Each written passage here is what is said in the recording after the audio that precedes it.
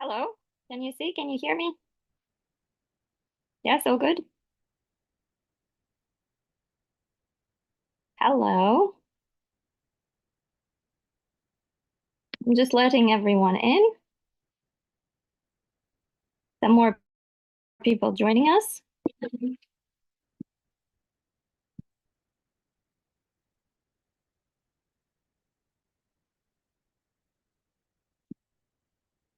Thank you for muting your microphone, but I'm saying big hello to everyone. Okay, let's give it one more minute while we're waiting for everyone.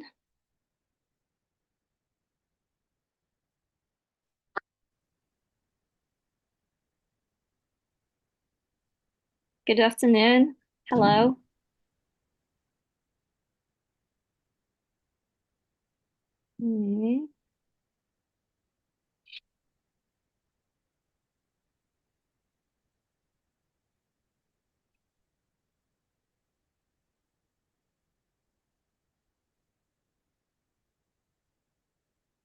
Olga, would you like to say some introductory words? Hello, everyone. We will be speaking in English, but всем добрый день. Вебинар у нас на английском, но если кто-то присоединился из наших групп начинающих и хотите что-то спросить, можно писать в чате, либо просто задавайте вопросы, говорите, что вам интересно. Мы можем сделать похожий вебинар про то, как работать по Jolly Phonics на русском языке. Hello, everyone.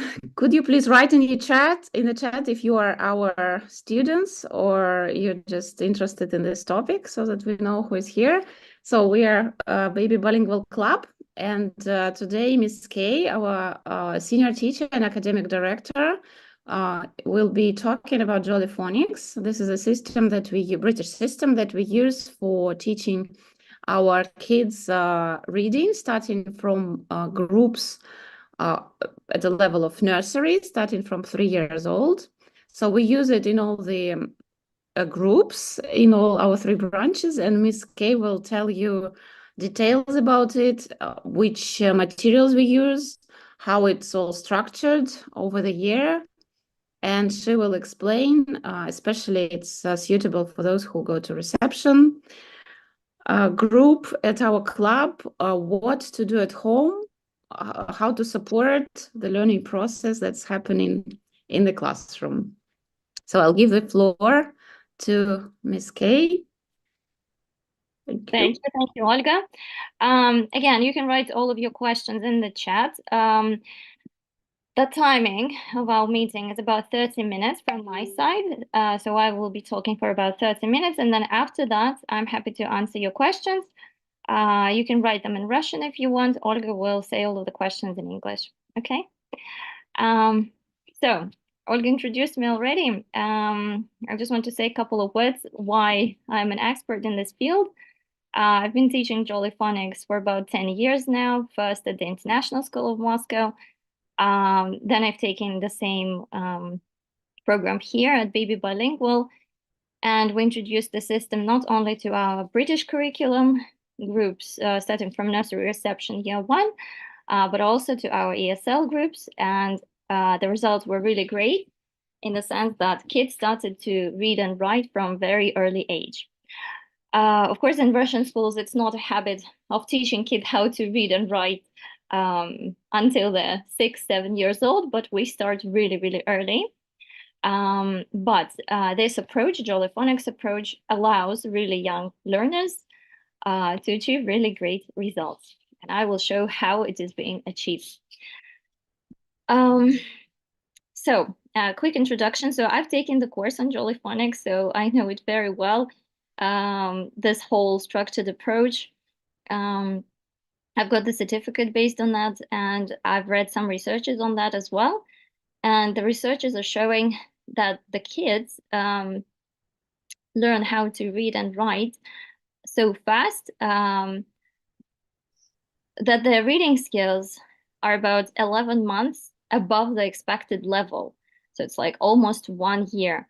So let's say the kid is 7 years old, but he is reading at the same level as the 8-year-old would read, which is pretty impressive. And I've seen the results before, so it's really working. And I had kids in my groups, reception groups, who are reading books already, who are writing a lot. I will show you some examples later. So what are we learning and what we're teaching? So we're teaching 5 basic skills. First of all, we are teaching the kids how to learn the letter sounds. So it means that we are not teaching them how to say the names of the letters. So we're not teaching them ABC. We're teaching them the sounds.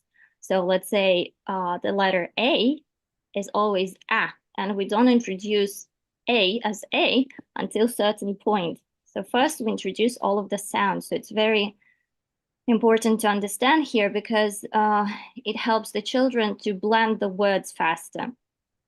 Blending means we're putting the sounds together. Let's say S, A, N, sun. So this is the example of blending. But step 1 is to teach all of the sounds. There are 42 sounds in Jolly Phonics, and we're covering all of them first.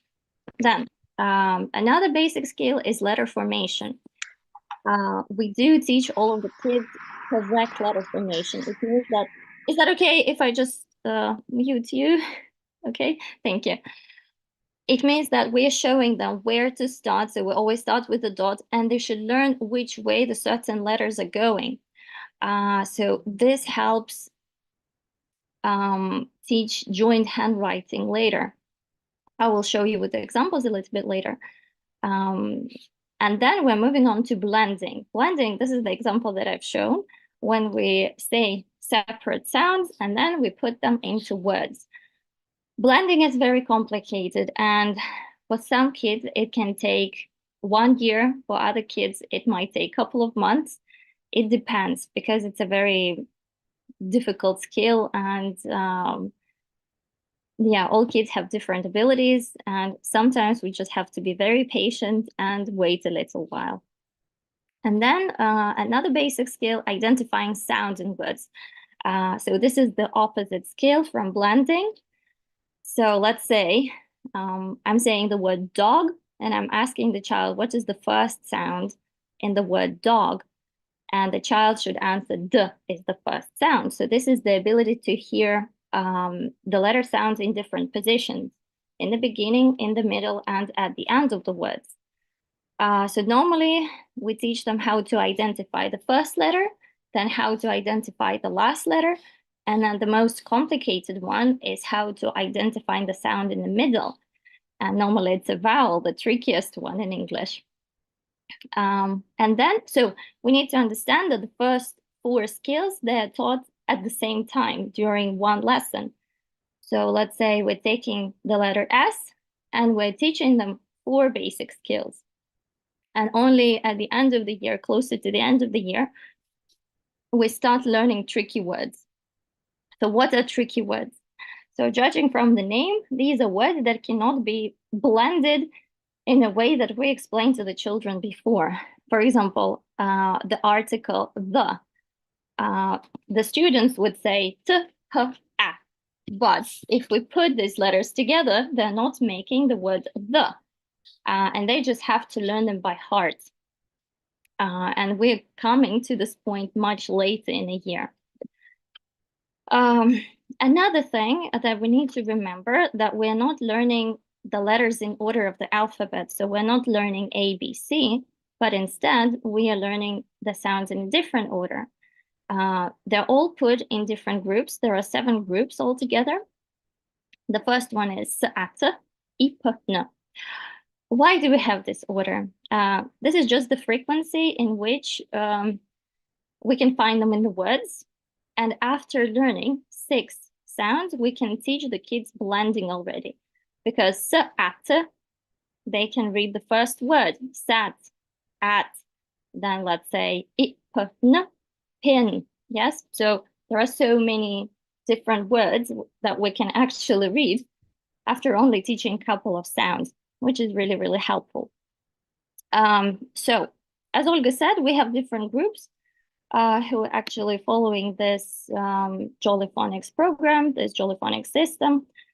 And in the curriculum, for example, for ESL groups, we do not cover all of the letter sound by the end of the year. For 5-7 beginner groups, we're only covering the words that finishes with group 5. So they would learn z, w, ng, and the sound a, u, and b. And that's pretty much it. And the rest will be taught next year. Let's say our beginner class group. So this is what they're going to start with at the beginning of the next year. The situation is slightly different with British curriculum because we have nursery groups and reception groups.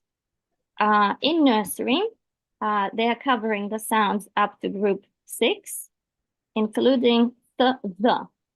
But in reception, they repeat all of the sounds again because the child will probably forget lots of things. That's why we're taking this all over again and teaching all of the sounds all over again. But in nursery, the approach is completely different. I will explain a little bit later. So I have a question. Sight words, it's the same as tricky words, right? Not quite. Sight words is a different group of words. These are very frequent words, which are spelled differently. Yeah, by the sound of it, it's the same. But tricky words, there is a certain list and the order in which we're learning all of these words. And this exact reading system uses tricky words.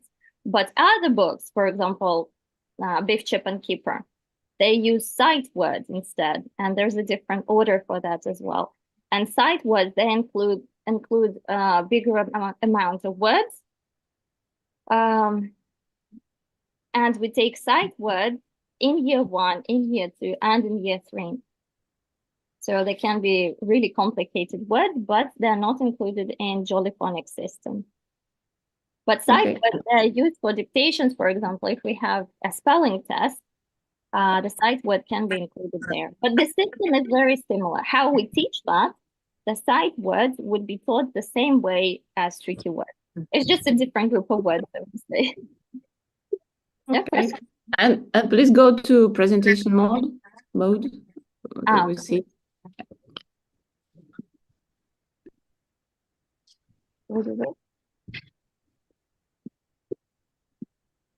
Yeah. So what materials do we use in questions? All right, so how do we teach Jolly Phonics? In our classrooms, we have these big books. We always start with a story. So each letter is introduced through the story. For example, here in this picture, we can see that the teacher is introducing the sound S. Why do we use these stories? Because we want to get the kids involved. We want the kids to get interested in that, not just say, okay, today we're just learning the sound. So we can just read the story that is introduced there, or as many teachers are doing, they're just making up the story together with the children based on the pictures. All of these stories, they include the words starting with this target sound. Let's say it's the. It means that this picture has lots of words starting with snake, snail, and so on. So the teacher would ask the children, can you find any words in this picture that start with S? And they will start pointing, and they will be engaged, and they will be interacting with the learning material. Yeah. Oh, just not in the presentation mode because I need to let people in. Yeah, question?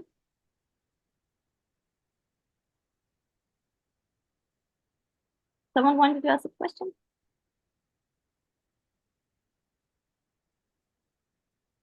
Olga, you're muted. One participant, Irina Grigorieva, maybe you could mute her. I think she's not really asking a question. Yeah, thanks. Yeah. Okay. Oh. Yeah, I cannot see. So after reading this story, there is normally a character. For example, here is a snake. And we introduce each letter with an action. So it's very important that the kids learn the sounds together with an action. So for it would be ant running up the arm, ant in my arm, and it's all linked to the song as well. So there are three components: story, action, and the song. So our aim is to teach them all of the songs and how to support kids at home, for example. There is a collection of all of the songs on YouTube.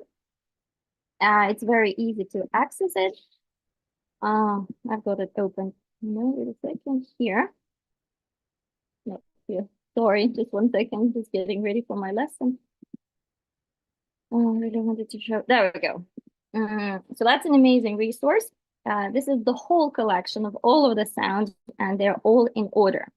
For example, the letter T, and the sound that it makes is T. I will just show you the example of the song. Tennis. When I watch the tennis game,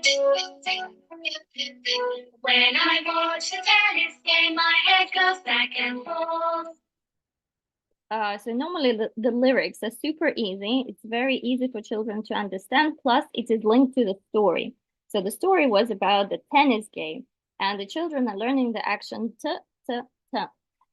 So in all of the books that we have, there is a description of the action.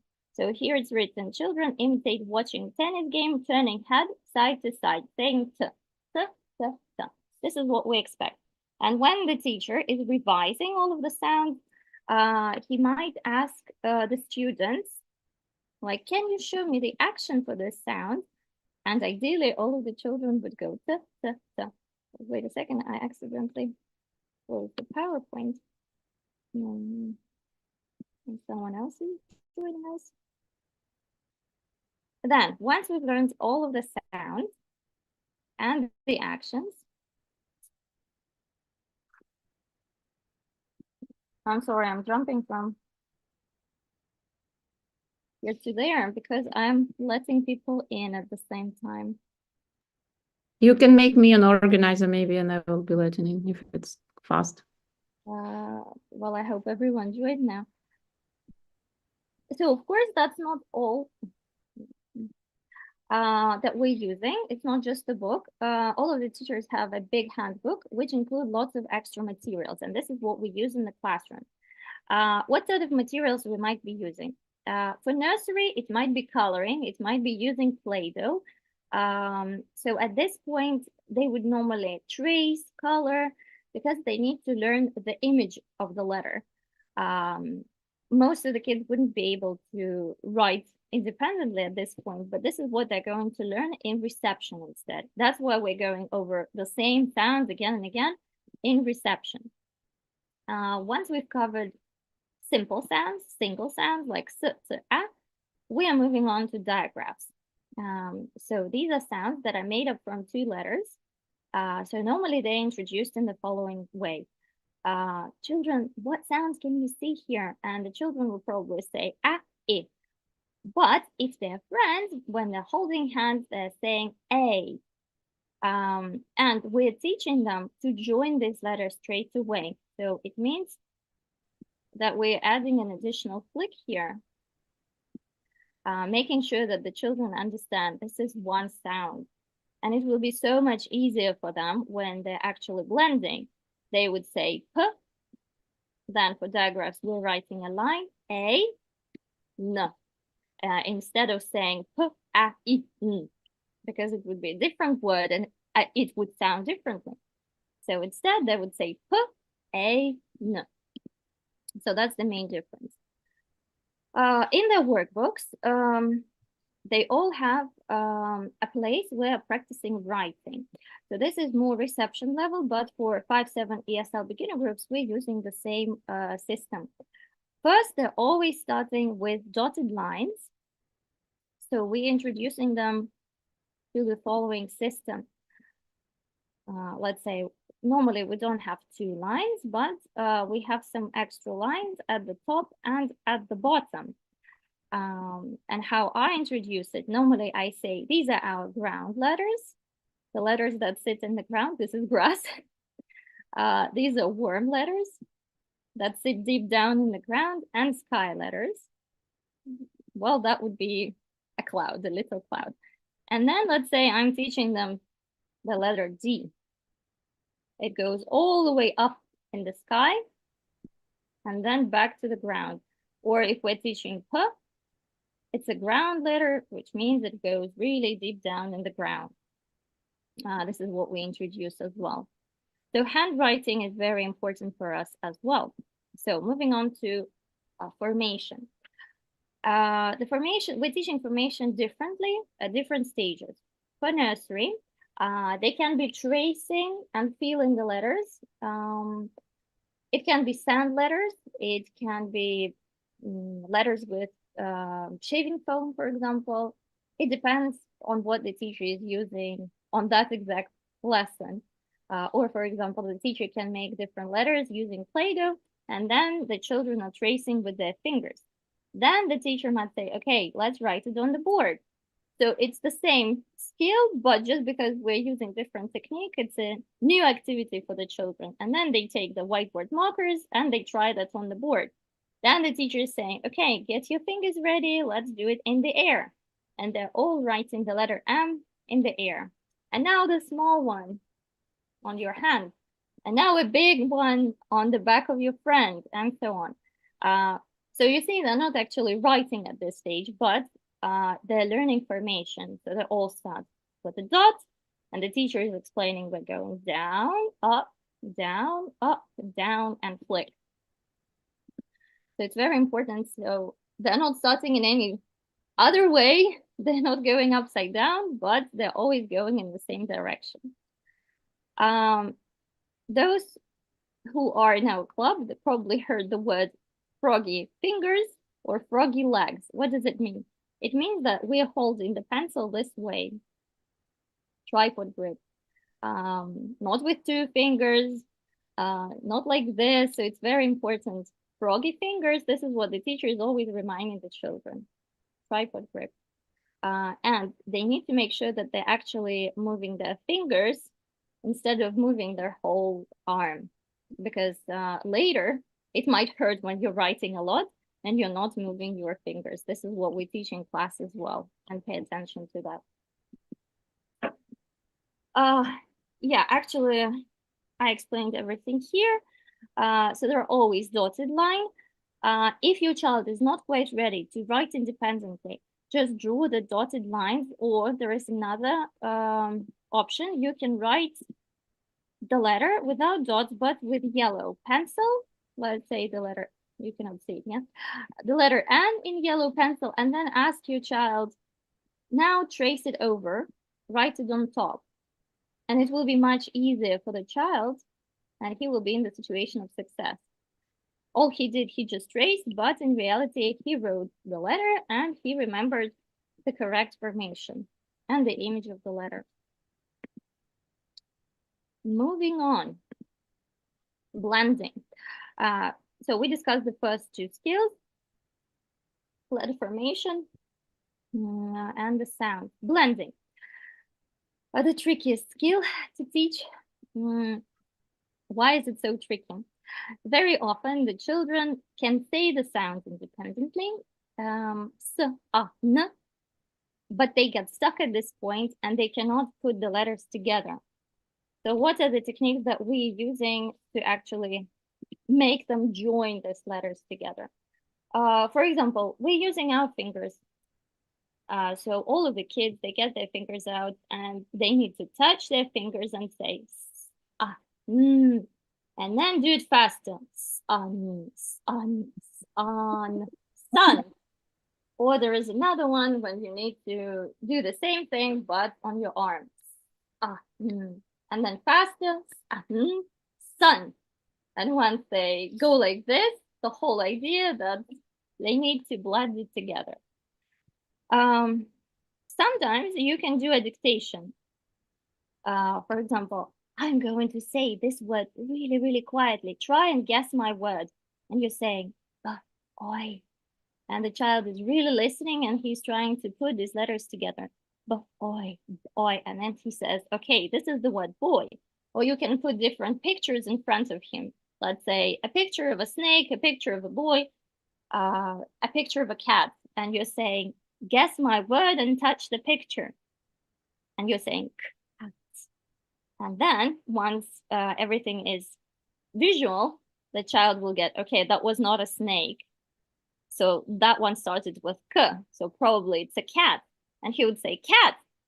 And in reality, he would hear separate sounds, k, a, t, and the pictures helped him to figure out that this is a cat. And then you can put the pictures away. So this is like the next stage. Or you can try and do the opposite thing. You can ask your child, okay, now it's your turn. Put 3 pictures in front of me and say the words. So this would be segmenting. In this stage, the child will be learning how to segment the word. Let's say he's got the picture of a nest and he's trying to say it separately. Nest. And for the child, it's a very difficult skill because they might omit some letters. They might say at, and then he would figure out, okay, that doesn't sound like nest. I will try again. So here you need to support your child a lot. Sometimes it takes 1 month. Sometimes it takes 6 months. Sometimes it takes a year. It depends on the child. So don't rush here. It's very important that your child has this basic skill. After that, it will be much easier to read longer words, to read unknown words. Even they're using this skill even in year 3, let's say. If they see a really long unknown word, they would go in the same way and they would figure out the word. So once they know the technique, they will be applying it in different activities. So pointing to letters one by one. So if let's say you've got the word written. So if you've got the word written, you need to point at each separate letter. S, A, N. Because otherwise it's a bit tricky for the child. Where do I start? Especially some children might go from the other end. So it's very important that you're actually pointing. Word boxes, it's a very useful idea. You can write short words, put them in the box. The child takes one word out of the box and you read it together. Pretty easy to make it at home, but super helpful. Now, the next stage, blending. So as I said, it's an opposite from segmenting, sorry. Segmenting is opposite from blending. Now you need to teach your child how to identify different sounds in words. Again, you can put lots of pictures in front of him and say, can you find all of the pictures starting with P? Can you find all of the pictures finishing with T? The ending sound, yes? And then the trickiest one, you can put 2 words that are very similar to each other, and let's say they're only different by 1 sound. Sat, sit. It's very difficult for the pictures, but okay, you come up with some other words that are very similar, but they have different sounds in the middle. And this is how they can start recognizing the sound in the middle. But this is the last stage because the vowel in the middle is always the trickiest to hear. And when they're actually doing dictation or spelling tests, this is the hardest bit for them. In Jolly Phonics, there is a really useful resource. All of the words they've put in order. For example, you've covered phase 1, and then you can actually take this set and dictate it to your child. You can do it on the whiteboard. You can just put the letters in front of your child and they need to make this word. Best without the pictures. Of course, it's trickier, but it will be more useful, even though it's much trickier. Once we've covered these 4 basic skills, closer to the end of the year, we're moving on to tricky words. How to teach tricky words? Again, you would start with the same technique. You can ask them to blend the word. Let's say the sounds, and they would say t, h, a. Does it make the word t, h, a? No. So what does it say? It says the. And then, okay, let's cover this word. So look at the letters. So you remember it's t, h, a. Now cover this word with the palm of your hand and then trace it over, let's say, then cover 2. Now the child needs to remember 3 letters. Then, okay, he puts his hand away. Was I right? If yes, fantastic. Then have another go. That's the easiest technique. But you can use lots of others. Again, building them with letters, writing them with sand, with anything really, with stick, in the snow. You can just be creative here. Or sometimes another one, if your child really likes Lego, you can just stick or write lots of words. So one brick is one separate letter, and ask your child to build a word. Or for example, on the other side, you can have the whole picture, and the child would build the picture of the cat, then turns it, and then he would need to read k after cat. So these are simple games that we're playing in nursery, in reception, and higher up. So to summarize it, by the end of the year, so this is taken for international schools, but in our particular school, I would say by the end of the first year, let's say ESL group, as I said, they would cover, let me go back to that slide. They would cover the first 5 groups. In nursery and reception, they would cover 6 groups, the first 6 groups, and then they will carry on with the 7th group. They will carry on in year 1, sorry, because these are digraphs, and we're paying lots of attention to this group in year 1. Okay, so about the result. When it comes to writing, this is what you might see first. This is like the first stage. I missed one more thing. So after this, you can start teaching them the alphabet. You can teach the song, ABC song, and you can teach the name of the letters. But once they feel confident with all of the sounds, and once they've learned the alphabet, you are teaching them uppercase, because before that, they've learned lowercase only. So now you introduce the uppercase letters, and you can actually read and write the sentences, plus they know tricky words. And when it comes to sentences, we're always explaining it like this. Okay, let's write the sentence. What do we start it with? And they're always shouting out, big capital letter. We're always supported with actions. What shall we put at the end? We normally put our fist and go like this, full stop. Or for example, exclamation mark. They all know the actions, question mark. About the spaces, we call them finger spaces. So if you finish one word, then put the finger after each word. And if the child forgets that, every time you can just say, finger spaces, remember, and they would automatically put their finger and they would leave space. Here you can see that it's pretty decodable. I went horse riding, but as there are different ways of writing I, and they don't know magic E yet, or the open syllable, they would write it like this. But at this stage, this is correct. We come to the stage of spelling in the sense that it needs to be written R-I-D-E in year 1, or with some trickier bits in year 2. This is what low primary is dedicated for. That was fun. Again, was is a tricky word.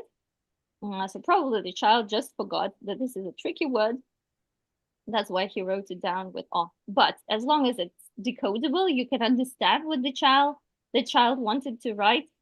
It's amazing. And this was written by a child who is 4. So I think it's pretty amazing. This is what you can see when the kid is 5, closer to 6. I won't lie, closer to 6 or closer to 7.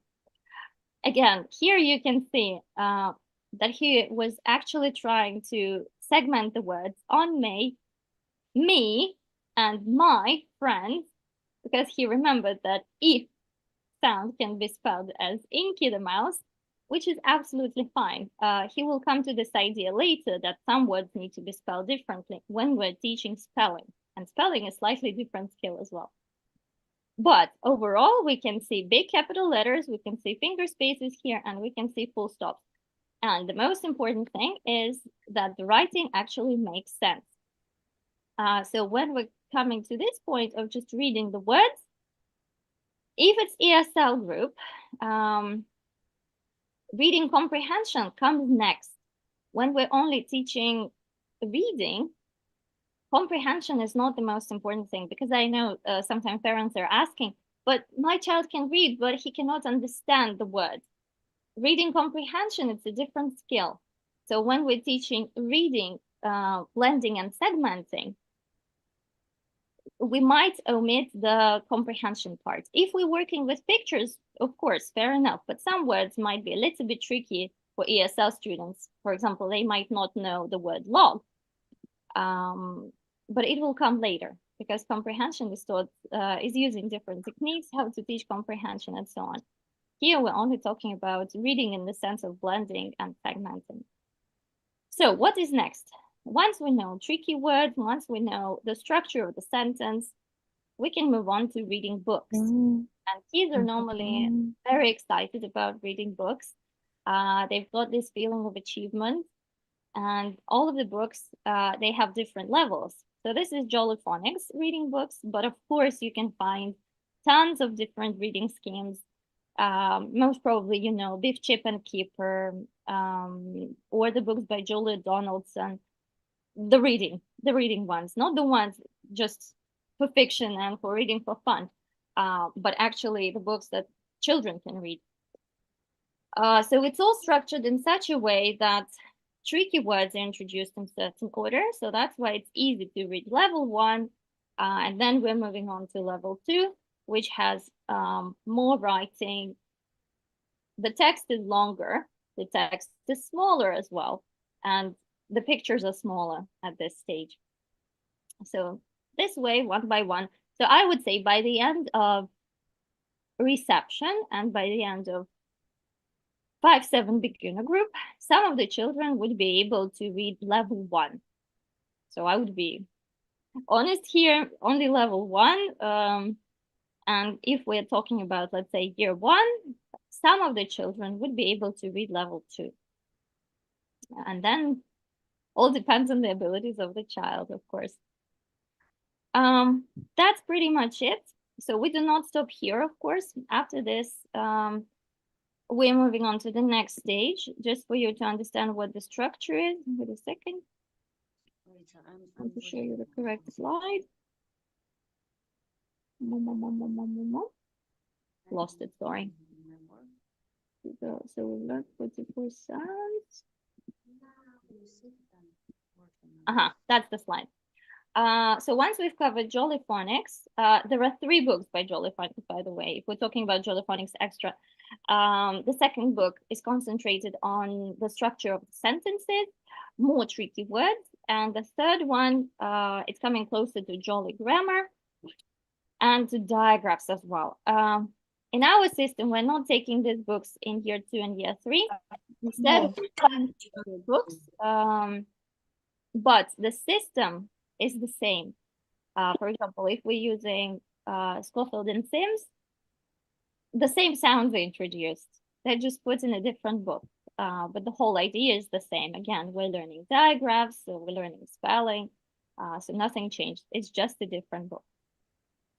Plus, we're taking grammar as well in year 1. We're mostly concentrating on sentence structure, the end of the sentences, how to make lists, how to connect words with and so on. And then here too, it's more complicated grammar. That's pretty much it from my side. So I'm happy to dedicate this time to some questions. We promised to say which books they have at home and how to work with them, like what our students do at home a little bit. Give me 1 minute. I have this book at home. I'll bring it. 1 second.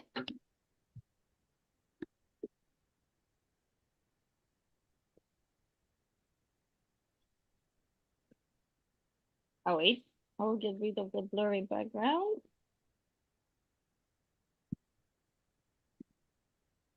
Or I can just show it to you. I know. On the screen. It will be easier.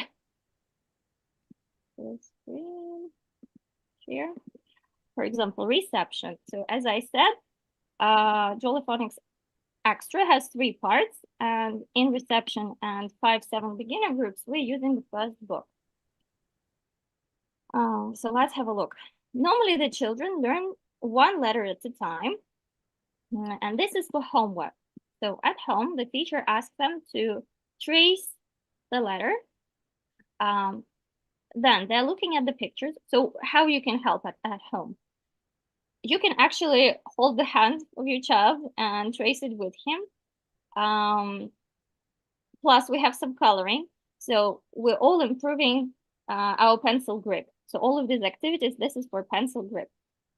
Then you have to look at 4 pictures: sun, snail, spider, flower. And the child needs to decide which of these do not have sound in it. Sometimes it's a bit tricky for the child, so probably you want to work like this. Sun. Does it have s? This is easier for the child to listen to the first sound. Flower. Does it have s? Most of the children would say no, because they would hear you saying s before. Then, if we're moving a little bit further, here you can see the words for reading. Again, as I explained, you need to point at each individual sound. P, it, p, it, eat, hit, p, it. So use all of these techniques. And once the child read the word, give it a tick. Children love ticks. Once you tick anything, they will be super happy. Then you can play a dictation game, for example. And you can say, okay, now you're going to be a teacher. You say the word and I will try and write it down. And intentionally, you will make a mistake. And the child would go, no, mommy, that's wrong. You need to write P at the beginning, or you need to write T at the end, and so on. So try to use this technique.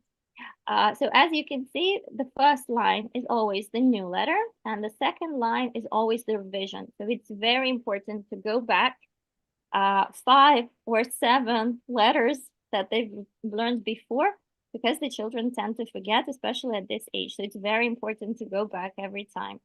5, 6 letters, maximum 7 would be enough.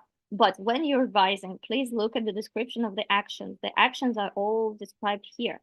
For example, action: raise your hands and snap your fingers together as if you're playing castanets and say k, k, k.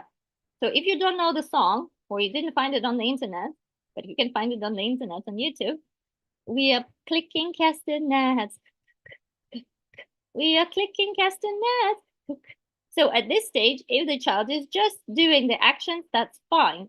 And just saying the sound, it's fine, just without lyrics. That would be enough. And then you can have a different type of dictation. I'm going to dictate the word for you. Try and guess my word. The children who know the action would say k, a, t. And they would blend the word and they would say, okay, this is the word cat. So you can play like this. Of course, you need to know the actions as well, but we're always learning with the children. I wanted to say, as a parent, my daughter is in reception now, my youngest one. And actually, when we have this book and I see the description of actions, it's not super easy, like to always easy to understand. So I found also another YouTube link where these gestures are shown.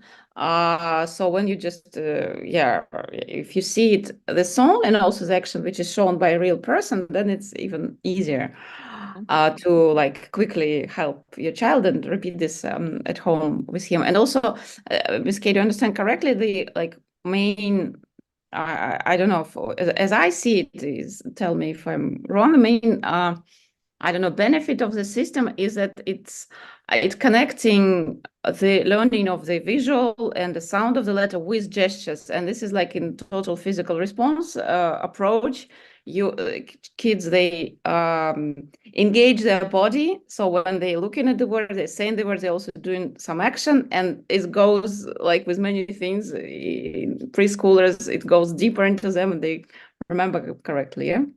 Yes, yes, that's absolutely right. Including all of this. That's why we're touching our fingers when we're blending. That's why we're touching when we're trying to say all of the letters together. This is the end of the book. So they're learning the tricky words as well. And this is the approach when we need to trace first, cover, check, write it again. And then they're moving on to writing words. And the end of this book is writing sentences. So this is where comprehension comes in. For example, connect the word with the picture. Yeah, just matching the word and the pictures.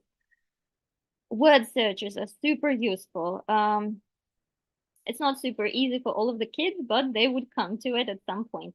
Or if we're talking about comprehension, the child needs to read the sentence, I can jump, and he needs to draw a picture. So of course he needs to have this vocabulary, but most of our students in our ESL beginner group, they would be able to understand that. That's pretty much it from my side. There are some questions. There are 3 at the end of the chat and above. There was a question. I've tried to find from Daria. I've tried to find puppets from the book. Is it possible? I'm not sure. There are some puppets. There are some puppets. I think you mean the big snake. So these are all of the characters from Jolly Phonics books. Normally you can find them online through the shops like Brilliant Books, for example. So sometimes they do order them in China and they bring them to Russia. But honestly, it's a bit complicated and tricky to find this puppet. But that's a very useful resource. Yeah, it exists. Yeah. And there are more questions in the end of the chat. You can read yourself. Do you want us to read some questions? What do you do when children mix languages, letters, and sounds? A question from the top. Yeah, we're going from the top. The difference. Okay. What do you do when children mix languages, letters, and sounds? I mean. When reading languages, maybe Russian and English. Yeah, I understand. The shape of letters might be very similar, and of course they might mix them. It's a normal situation. It might last about a year.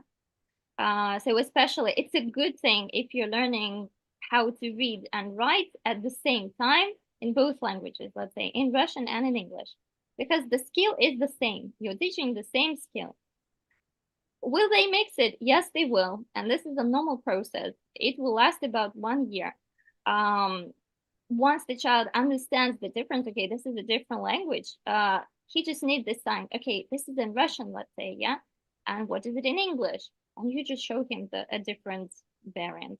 It's not the tragedy. It is normal. All children, or most of the children, will go through it in different languages. It's easier when the languages are completely different. Let's say, I don't know, hieroglyphics and Latin languages.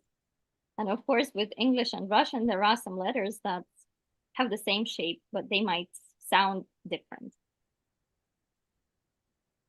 I was going to start Russian reading because of early English start.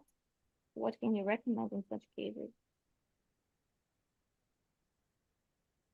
As I said, it's always best to teach at the same time, but because the skill is the same.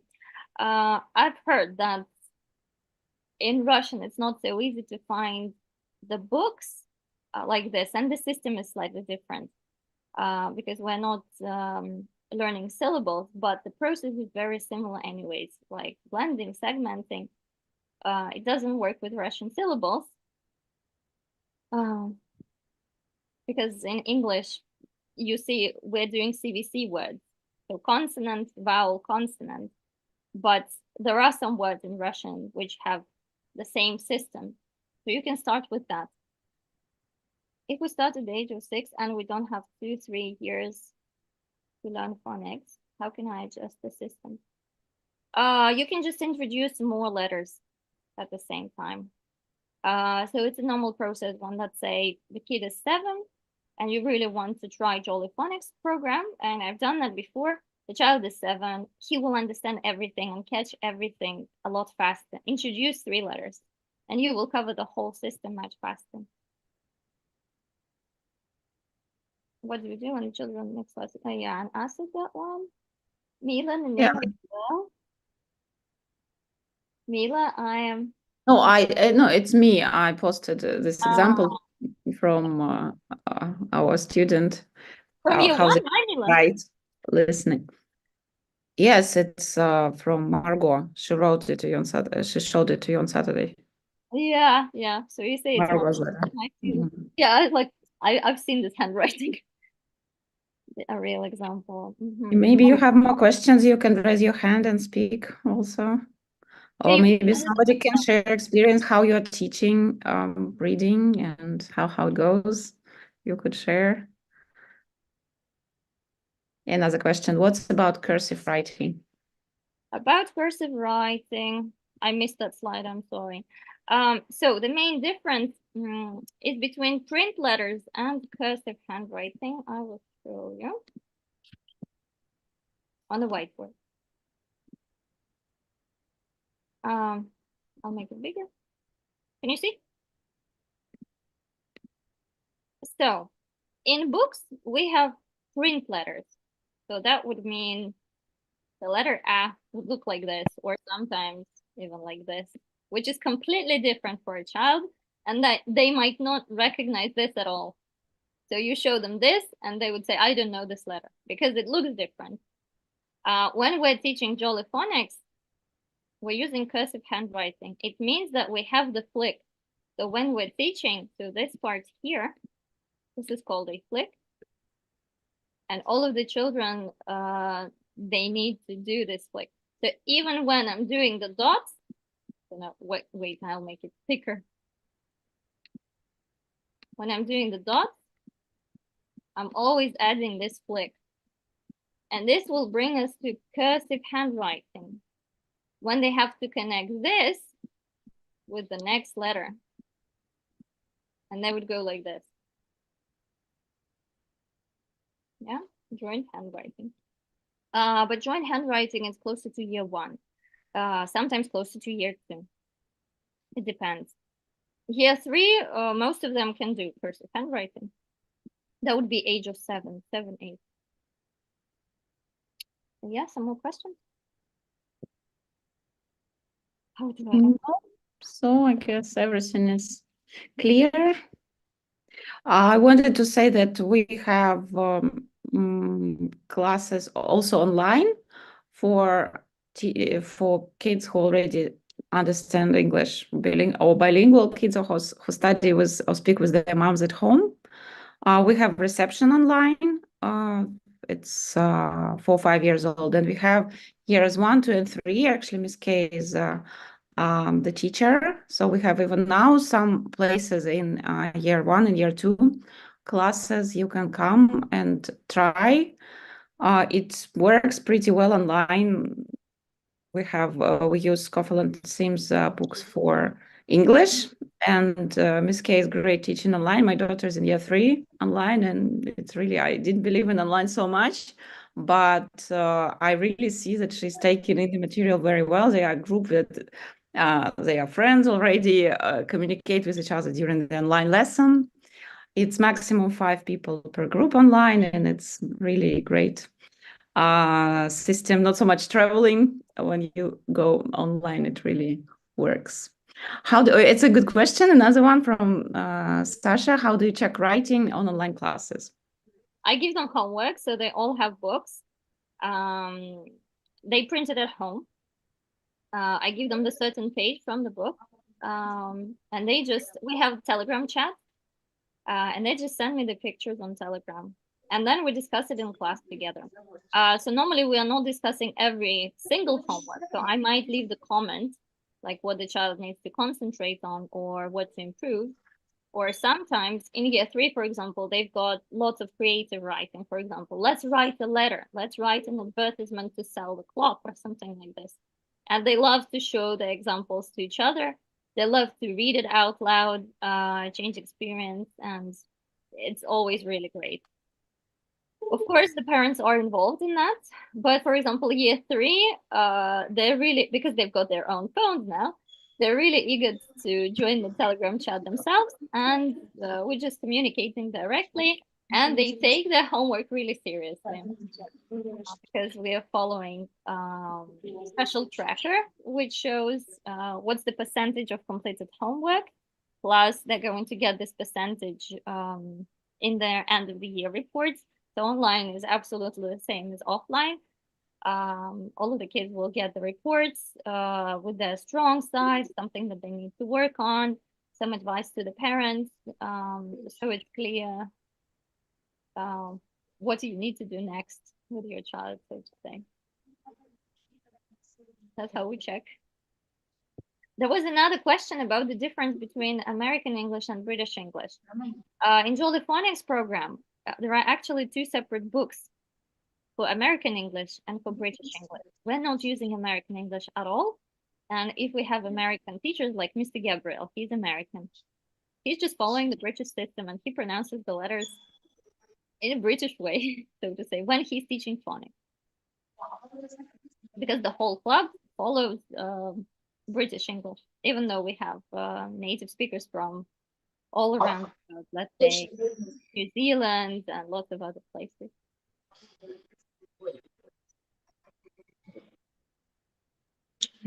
I guess that's it. Thank you very much.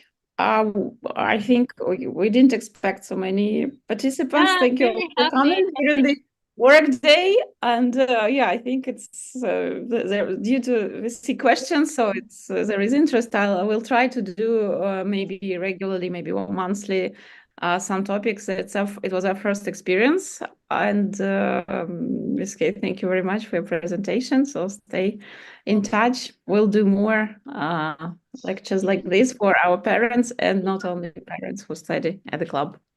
Thank you very much. Thank you.